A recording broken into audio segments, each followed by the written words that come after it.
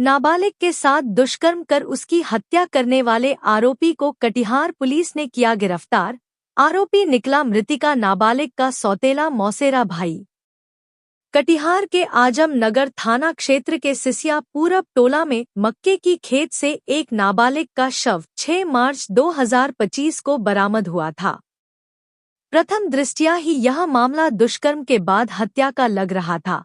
मृतिका के मां के द्वारा मामला भी आजम नगर थाना में दर्ज करवाया गया था। घटना के बाद कटिहार एसपी के निर्देश पर एक स्पेशल टीम का गठन किया गया, जिसके बाद पुलिस लगातार इस मामले की तफ्तीश कर रही थी और आरोपी की तलाश में जगह जगह छापेमारी भी कर रही थी।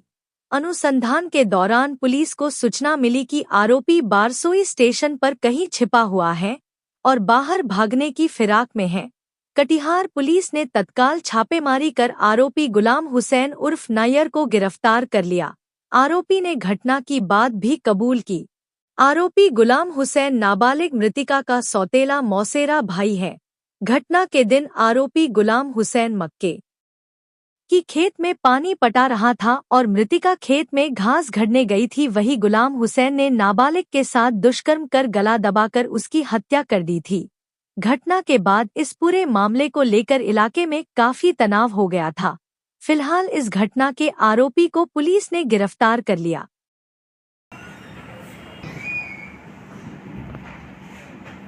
हाँ, 6 मार्च 2025 को लगभग 11 बजे सूचना प्राप्त हुई थी कि आजमनगर थाना क्षेत्र में ग्राम सिसिया पूरब टोला में मक्का खेत में एक बच्ची का शव बरामद हुआ था। और इस केस की जो वादनी थी, बच्ची की माँ, उनके द्वारा बताया गया कि 5 तारीख की शाम से ही बच्ची मक्का के खेत में घास वगैरह काटने के लिए गई हुई थी और उसके बाद से नहीं लौटी थी। तो शाम को गांव के लोगों ने काफ़ी ढूंढने का प्रयास किया था। रात में और दिन में ढूंढने के क्रम में उन लोगों को फिर इसकी डेड बॉडी मिली थी और ऐसा शंका भी व्यक्त किया गया था कि उसके साथ दुष्कर्म किया गया है। इसी आलोक में आजमनगर थाना कांड संख्या 6425 दर्ज किया गया था। उसके बाद लगातार इसमें अनुसंधान जारी था। जितने भी लोग गांव में, गांव के बाहर, बगल वाले गांव के सभी जितने भी लोगों के ऊपर लोगों ने अपना संशय व्यक्त किया, उन सभी संदिग्धों को लगातार छापेमारी की जा रही थी, पूछताछ की जा रही थी। उसी क्रम में ये क्लियर हुआ कि इसी गांव में रहने वाला ये गुलाम हुसैन नैयर, पिता अशफाक, जो कि यहीं का रहने वाला है और जो कि मृतका का सौतेला रिश्तेदार भी था, इसी ने उस घटना के दिन ये भी शाम को मक्के खेत में पानी से पटवन कर रहा था।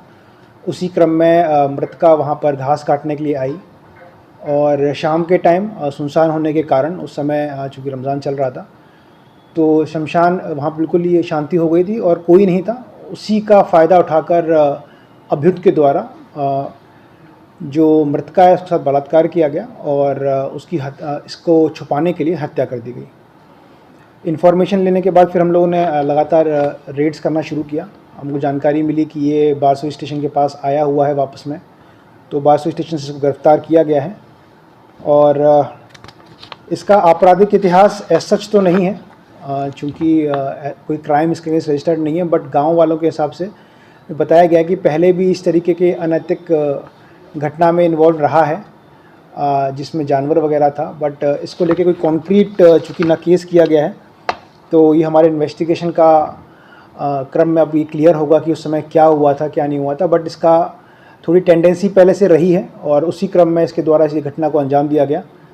और इसकी गिरफ्तारी के बाद अब पुलिस का जो गांव में कॉन्फिडेंस था वो इम्प्रूव होगा।